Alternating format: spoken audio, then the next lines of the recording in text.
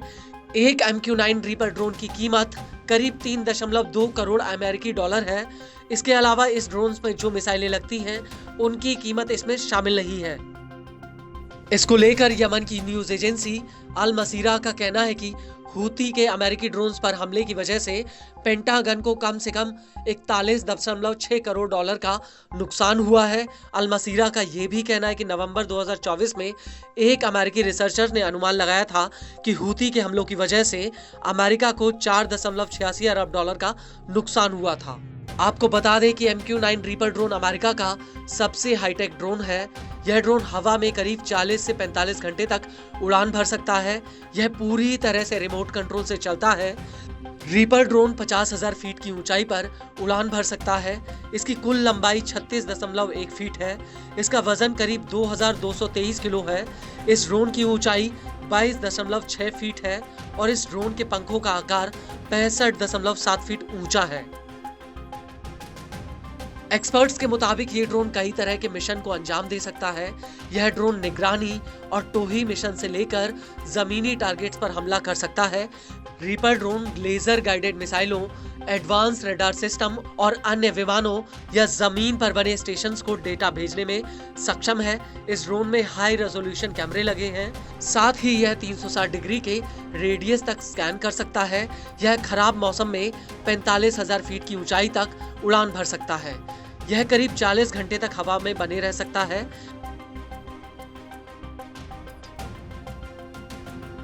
America ने इस drone के जरिए इराक से लेकर अफगानिस्तान में कई बड़े बड़े ऑपरेशंस को अंजाम दिया। अमेरिका ने रीपर ड्रोन से ही इराक की राजधानी बगदाद में 3 जनवरी 2020 को ईरानी सेना के कमांडर कासिम सुलेमानी को ढेर कर दिया था।